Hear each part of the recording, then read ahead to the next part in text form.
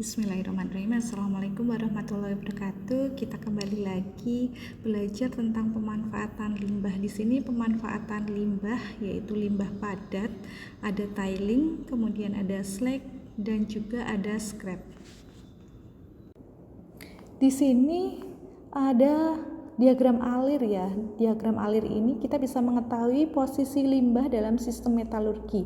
Ada biji, ada umpan masuk, kemudian dilakukan proses pengolahan yaitu di konsentrasi. Dari konsentrasi nanti ada limbahnya. Limbahnya apa? Limbahnya adalah tiling.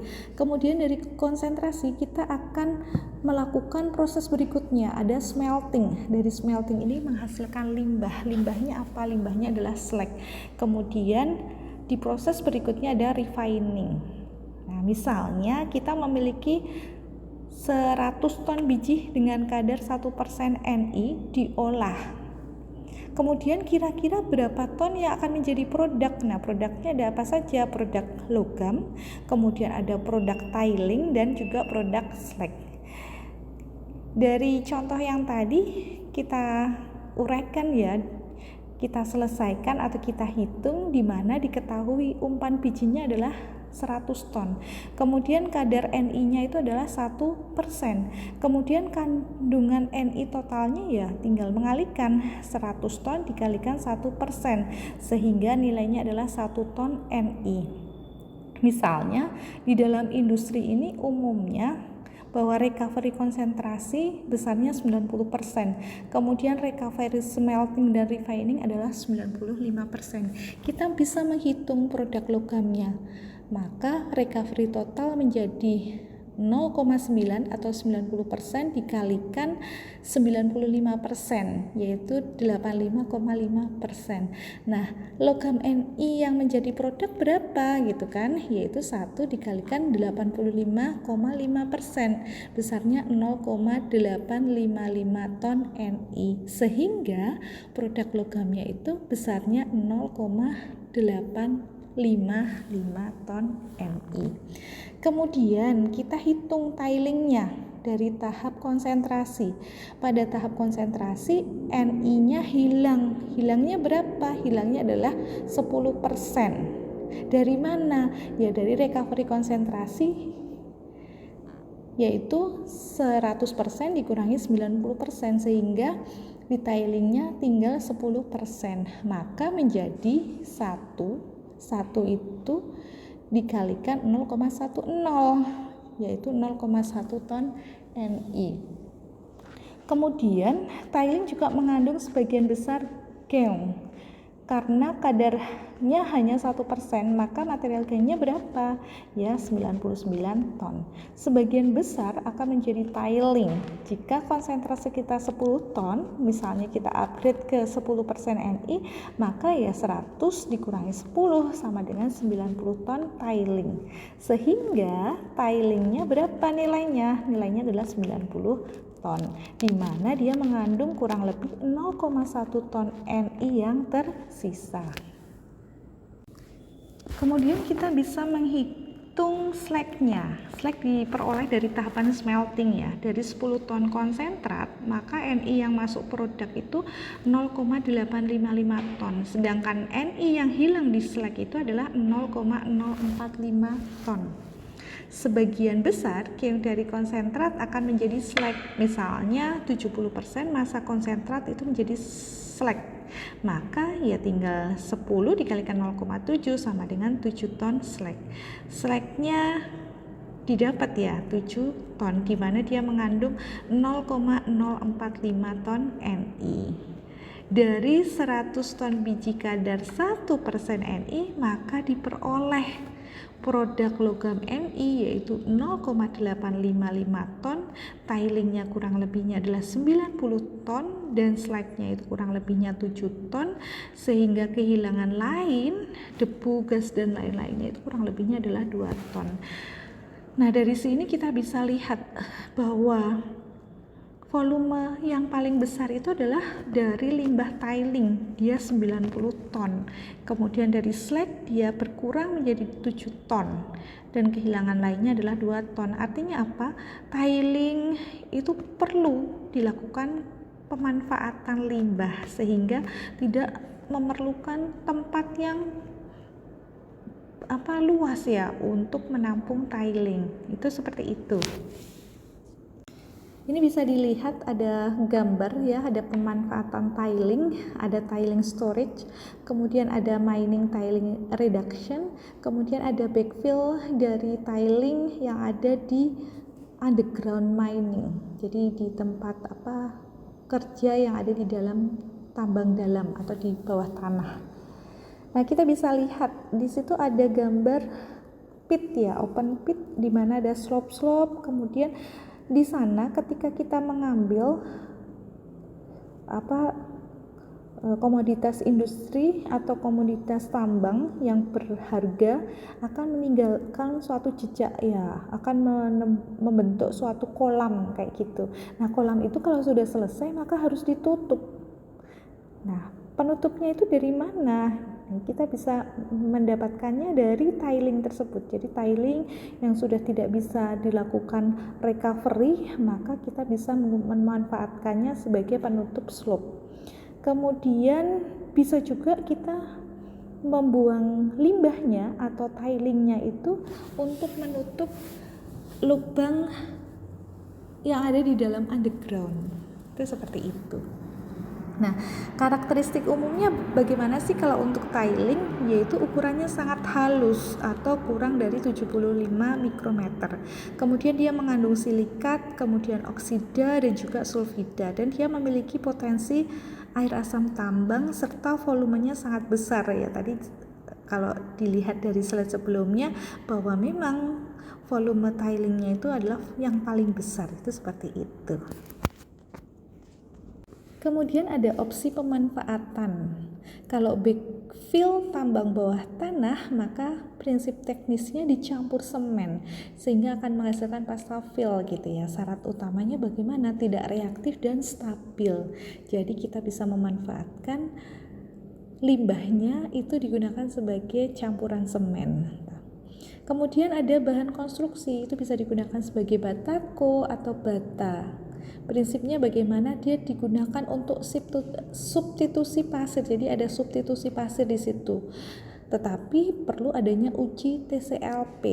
Nah, uji TCLP di pertemuan sebelumnya sudah dibahas. Nanti di slide berikutnya kita lihat lagi.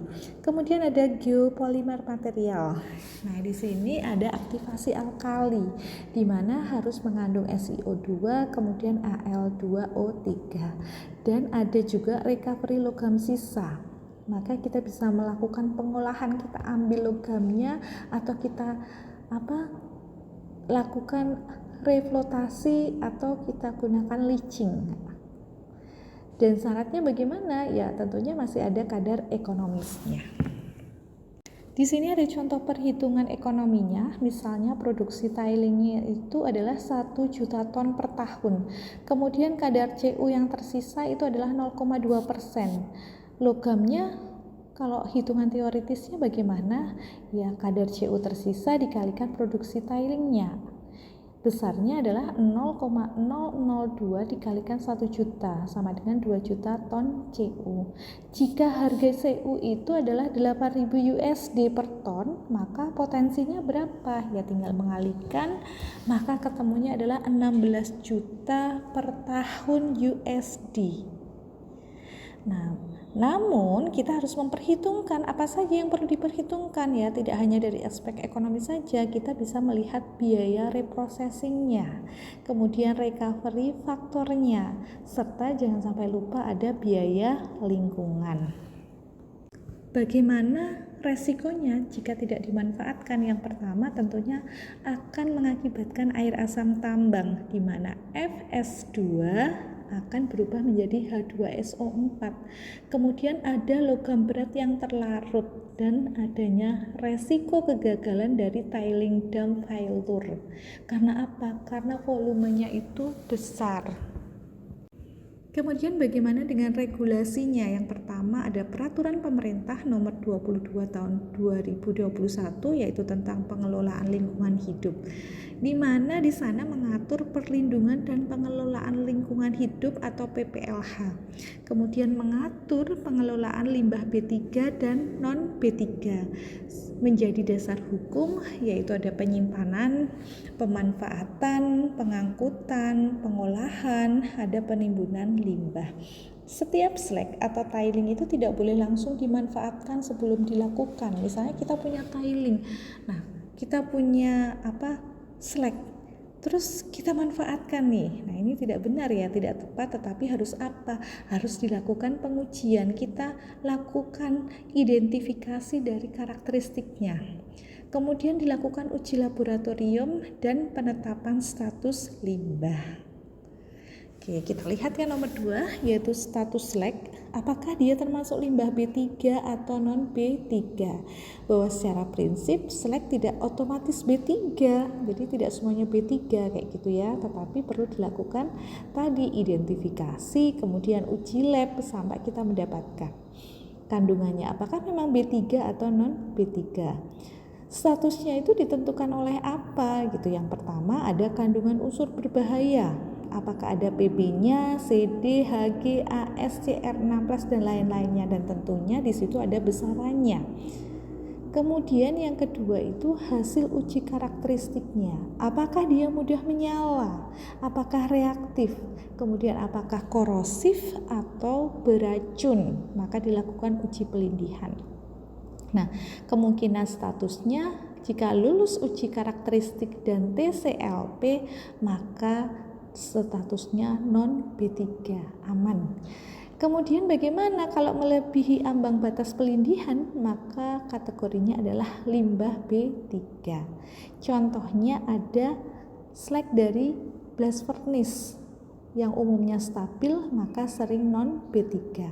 Kemudian kalau EAF, DAS dengan ZN atau PP tinggi, maka sering dinyatakan termasuk limbah B3. Artinya apa? Bahwa status itu berbasis data. Jadi kita tidak bisa melihat hanya dengan perkiraan, dengan insting kita, tetapi kita harus melakukan karakteristik.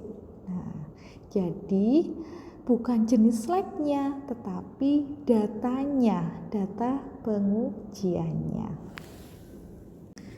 Kemudian yang keempat ya, yang keempat itu ada uji TCLP atau Toxicity Characteristic Leaching Procedure.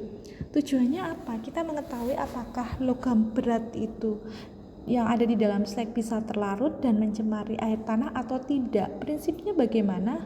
Sampelnya kita preparasi. Yang tadinya misalnya bentuknya masih besar-besar, maka kita crushing. Kemudian crushing, grinding.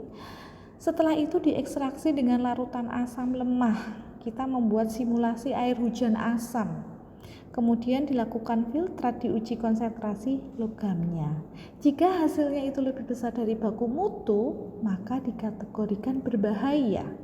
Nah, bagaimana standarnya yang umum digunakan? Ada metode yang setara USEPA 1311 atau metode uji pelindihan yang memiliki prinsip sama, yaitu mensimulasi kondisi pelindihan limbah di landfill untuk mengetahui potensi pelepasan dari logam berat atau kontaminan yang berbahaya.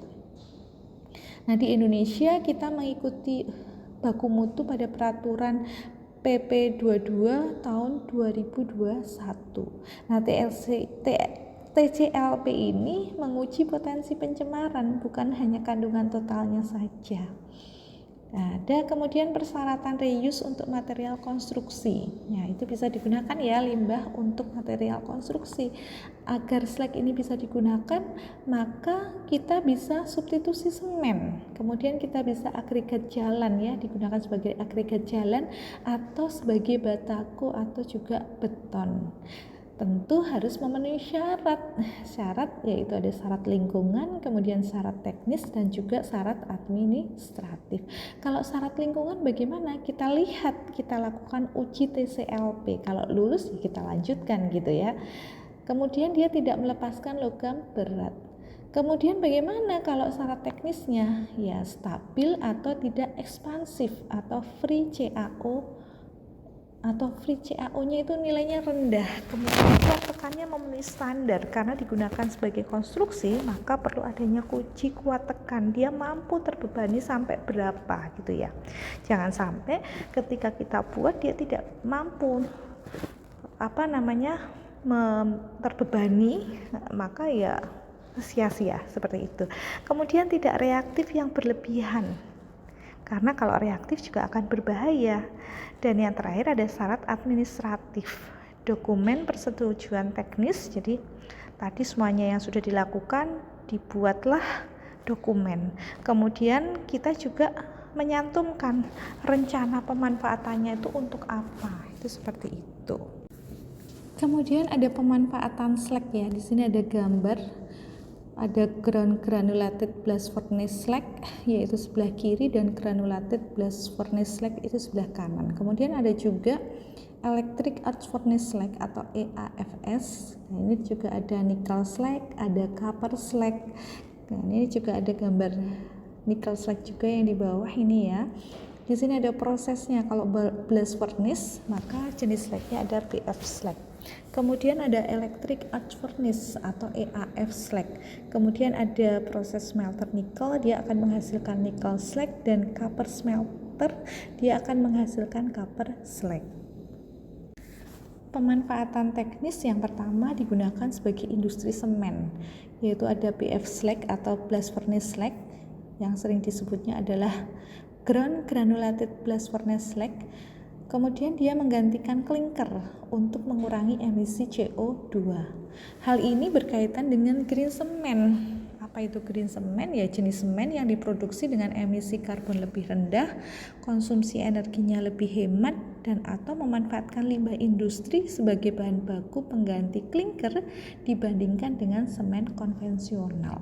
Jadi kalau semen konvensional ada batu gamping, kemudian ada campuran lainnya. Kemudian yang kedua, kita bisa melakukan recovery logam. Ya, jika Fe2O3-nya tinggi, maka kita bisa merecovery Fe-nya, kita mengambil Fe-nya. Kemudian kalau NiO-nya tinggi, maka kita bisa melakukan resmelting. Kalau Zn-nya tinggi atau EAF-nya, maka kita bisa memproses menggunakan Wiles process. Kemudian ada yang ketiga, agregat konstruksi. Dia itu harus syaratnya stabil ya, karena untuk konstruksi maka harus stabil. Kemudian kuat tekannya tinggi, tahan terhadap abrasi, maka dia harus bebas dari CaO yang tinggi dan lulus uji pelindung. Kemudian ada analisis basicity. Ini penting untuk reuse sebagai flux. Basicity bisa dirumuskan, basicity sama dengan CaO dibagi SiO2. Kandungan CaO-nya berapa persen? Misalnya di sini 30%. Kemudian SiO2-nya ada 15%, maka basicity-nya yaitu 2. Bisa digunakan sebagai slag baja. Nah, slag baja ini cocok digunakan pada peleburan baja. Kemudian juga ada aspek sustainability. Nah, substitusi semen itu akan menurunkan emisi CO2 dari industri semen. Kalau kita lihat ya, di dalam industri semen itu kan banyak sekali cerobong-cerobong asapnya. Nah, dari situ akan menghasilkan CO2, sehingga dengan adanya substitusi semen dari slag, maka bisa turun tuh CO2-nya. Kemudian dari situ juga bisa mengurangi kebutuhan batu kapur atau batu gamping. Kemudian juga bisa mengurangi landfill slag. Ada pemanfaatan scrap logam. Di sini bisa dilihat ya. Ada steel scrap. Kemudian ada juga scrap metal recycling plant. Jadi peralatan yang digunakan untuk mengolah scrap. Nah, karakteristik dari scrapnya seperti apa yang bisa diolah, yaitu nilai ekonominya tinggi. Dia memiliki nilai ekonomi yang tinggi, kemudian komposisi relatif diketahui, kemudian mudah dilebur ulang. Kemudian ada peran scrap di dalam sirkular metalurgi. Di pembahasan kemarin kita sudah membahas tentang sirkular metalurgi. Nah, industri baja modern ini menggunakan lebih besar dari 70% scrap pada EAF. Keuntungan daur ulang scrap itu apa? Kita lihat ya, ada parameter. Kemudian kalau kita bandingkan menggunakan biji primer dengan scrap. Energi, bagaimana energi? Kalau kita menggunakan biji primer maka tentunya energi yang diperlukan akan tinggi. Sedangkan di scrap atau kita menggunakan scrap maka energi yang kita perlukan itu lebih rendah. Ya, kenapa begitu? Ya karena umpan yang masuk itu kan kadang masih bongkah, kemudian perlu jaw crusher, ya dia memerlukan energi juga, dan energi yang paling tinggi itu nanti di grindingnya juga prosesnya lama di situ untuk memperkecil ukuran. Tetapi ketika kita menggunakan scrap maka energi yang diperlukannya itu juga akan lebih rendah. Kemudian ada emisi CO2. Kalau biji primer maka emisi CO2-nya tinggi, sedangkan scrap-nya dia lebih rendah. Kemudian dari limbahnya, bagaimana jika dari limbah? Maka jika biji primer, limbah yang dihasilkan besar volumenya, sedangkan scrap itu dia ada lebih minimalis. Contohnya, produksi baja dari scrap itu akan lebih hemat energi hingga 60-70%. Ada LCA atau Life Cycle Assessment di dalam industri metalurgi.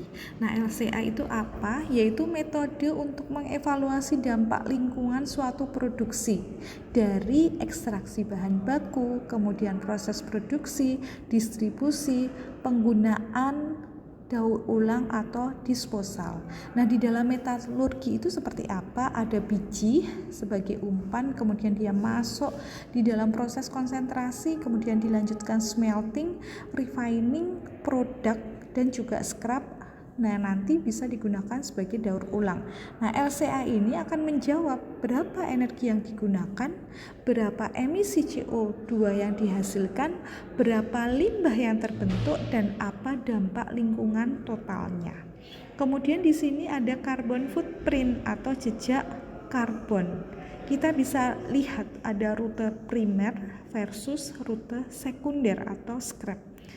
Perbandingan produksi baja, di mana kalau rute primer kita menggunakan blast furnace atau BOF atau BF gini ya, itu menggunakan biji besi kemudian ditambahkan kokas dan akan menghasilkan emisi kurang lebihnya ada 2 ton CO2 per ton baja. Nah, sumber emisi utamanya dari mana? Ada dari reduksi Fe2O3 dengan karbon, kemudian ada pembakaran kokas, dan juga ada energi tinggi yang diperlukan. Kemudian ada rute sekunder atau dari EAF scrap, yaitu menggunakan scrap baja sebagai bahan baku. Nah, emisi yang dihasilkan itu ada 0,4 ton CO2 per ton baja. Kenapa lebih rendah? Yaitu kita tidak perlu reduksi biji, kita tidak memerlukan kokas, kemudian energi yang diperlukan juga lebih rendah sehingga tidak menghasilkan slag sebanyak pada rute primer. Nah, kita juga bisa menghitung kalau penggunaan scrap dapat menurunkan emisi hingga berapa persen gitu ya. Tadi kalau kita menggunakan rute primer itu menghasilkan 2. Kemudian kalau rute sekunder 0,4. Maka kita hitung ya 2 dikurangi 0,4 dibagi 2 dikalikan 100%. Sehingga hasilnya adalah 80%. Artinya apa? Artinya scrap memiliki peran yang besar dalam dekarbonisasi pada industri baja. Sirkular metalurgi konsep, di mana konsepnya bahwa biji kemudian dia akan menghasilkan produk dan juga dia akan menghasilkan scrap. Kemudian dilebur ulang sehingga menghasilkan produk kembali. Nah, scrap di sini bukan limbah tetapi secondary raw material. Semakin tinggi scrap rasio, maka semakin rendah kebutuhan biji baru. Semakin rendah emisi, semakin kecil limbah tiling dan juga slag. Ini adalah inti dari sirkular ekonomi di metalurgi. Kemudian juga ada ESG atau Environmental, Social, and Governance di dalam industri tambang dan juga metalurgi. Nah, ESG ESG di sini merupakan kerangka penilaian untuk mengukur kinerja, keberlanjutan, dan tanggung jawab dari perusahaan di luar aspek keuntungan finansial. Nah, di sini ESG akan menjawab pertanyaan, apakah perusahaan hanya menghasilkan profit atau juga bertanggung jawab terhadap lingkungan, masyarakat, dan tata kelola. Ada environmental. Nah, lingkungan itu ada lingkungan biotik dan abiotik serta sosial dan budaya ya. Nah, fokusnya pada dampak terhadap alam. Contohnya dalam industri tambang dan juga metalurgi. Ada emisi CO2.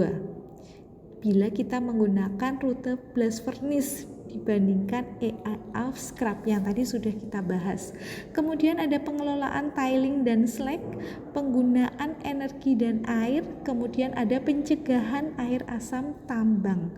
Nah, ini akan berkaitan langsung dengan LCA dan juga carbon footprint.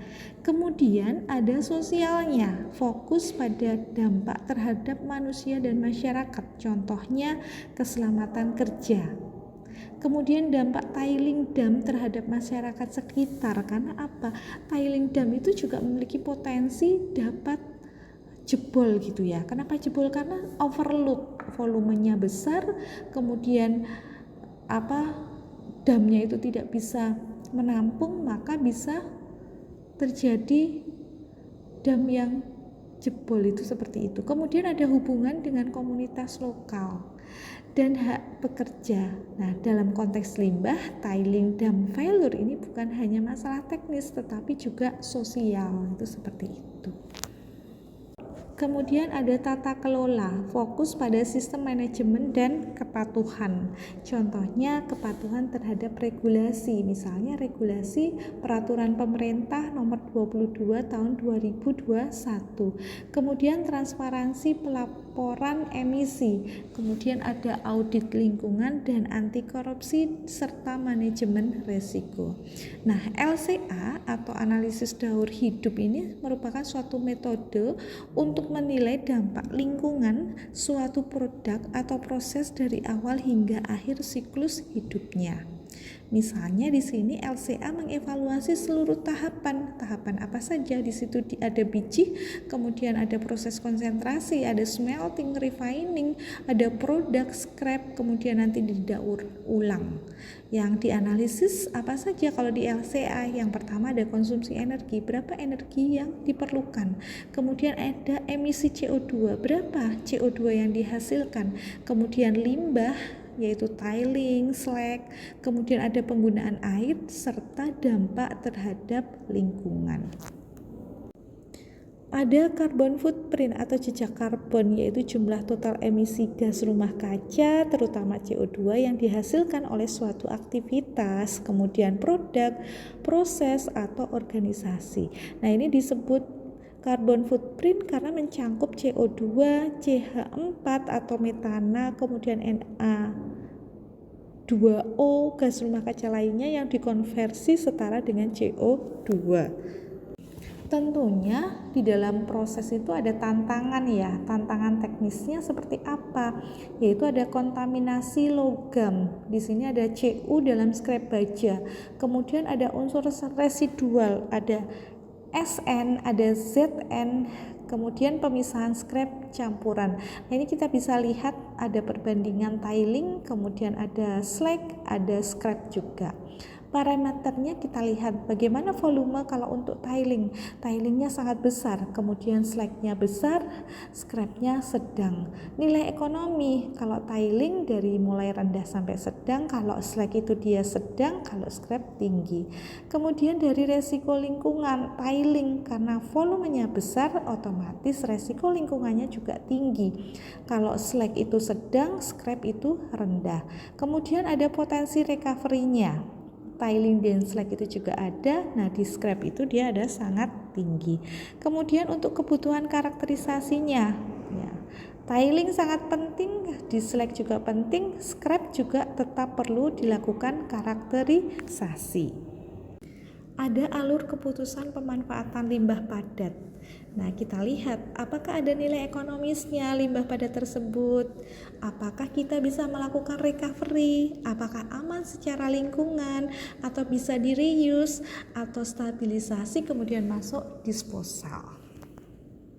Nah, di sini ada metode yang digunakan di dalam karakterisasi limbah. Kita bisa menggunakan metode XRF. Tujuannya apa? Kita melihat komposisi kimianya.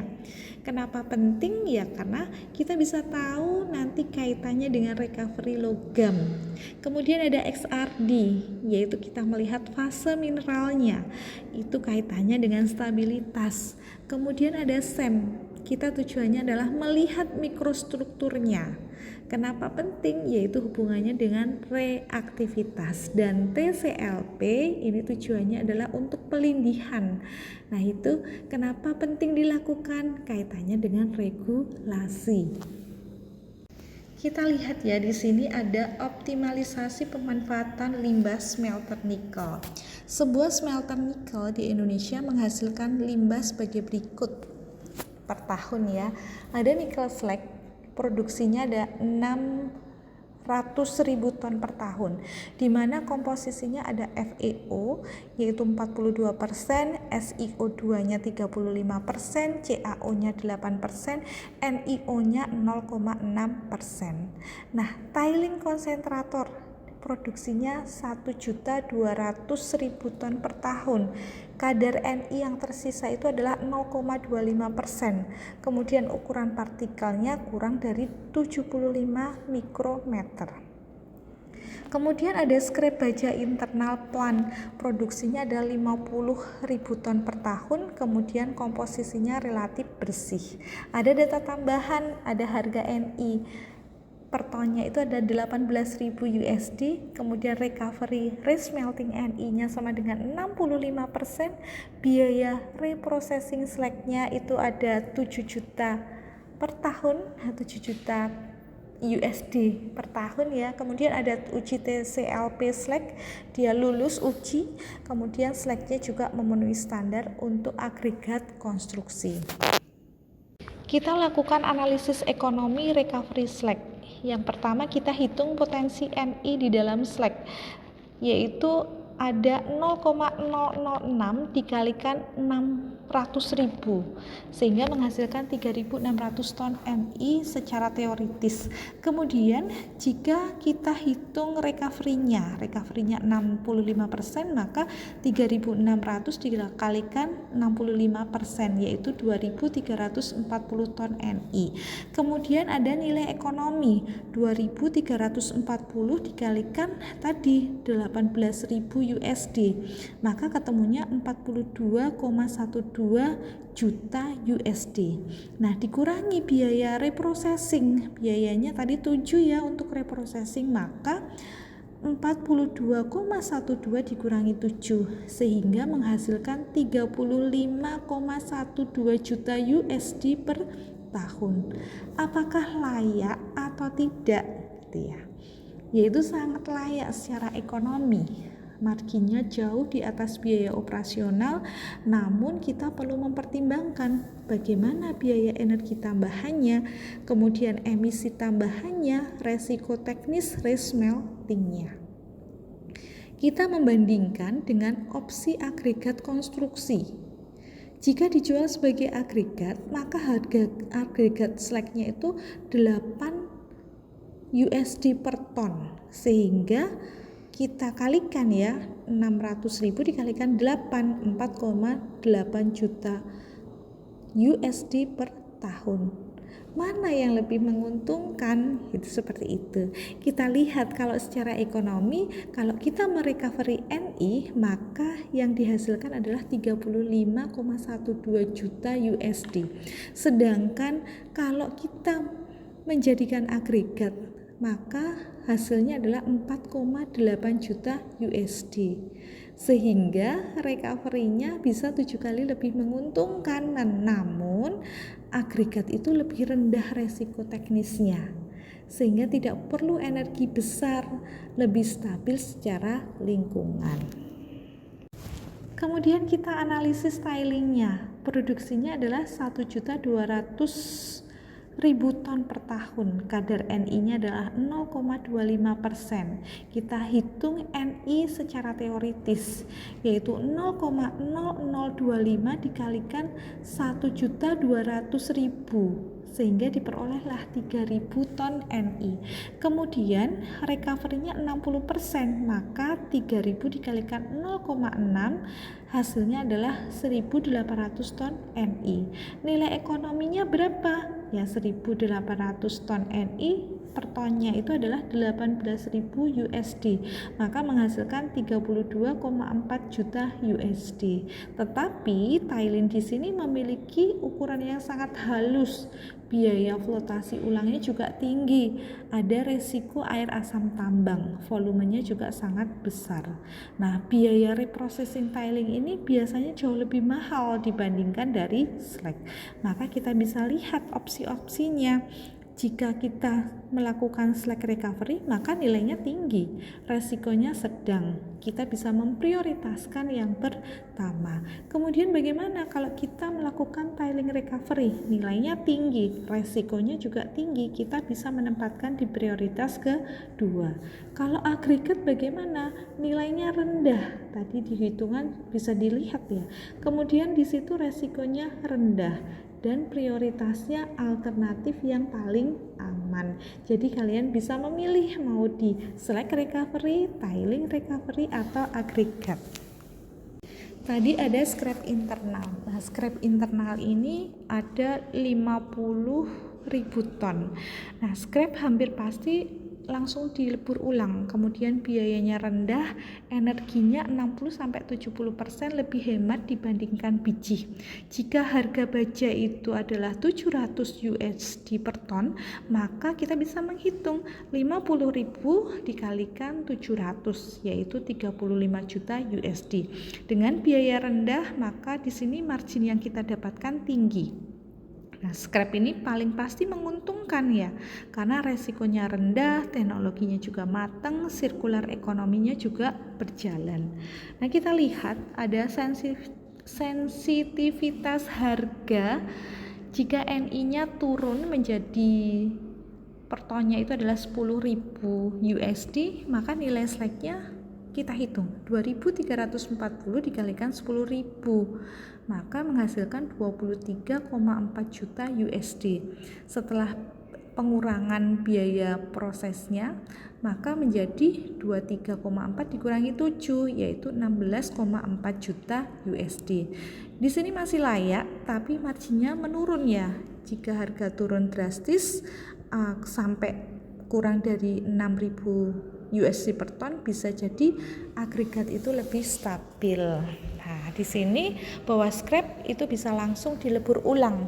Kemudian slag juga bisa dilakukan recovery Ni, ini yang paling ekonomis. Kemudian tiling itu dilakukan evaluasi detail biaya sebelum recovery. Kemudian yang keempat, jika harga Ni turun, kita bisa beralih ke opsi agregat.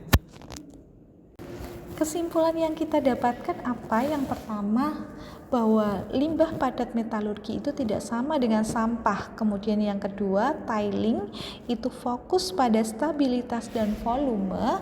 Kemudian slag itu adalah peluang material konstruksi dan recovery, kalau scrap itu sebagai sumber bahan baku sekunder utama. Dan yang kelima, kunci utama itu ada karakterisasi.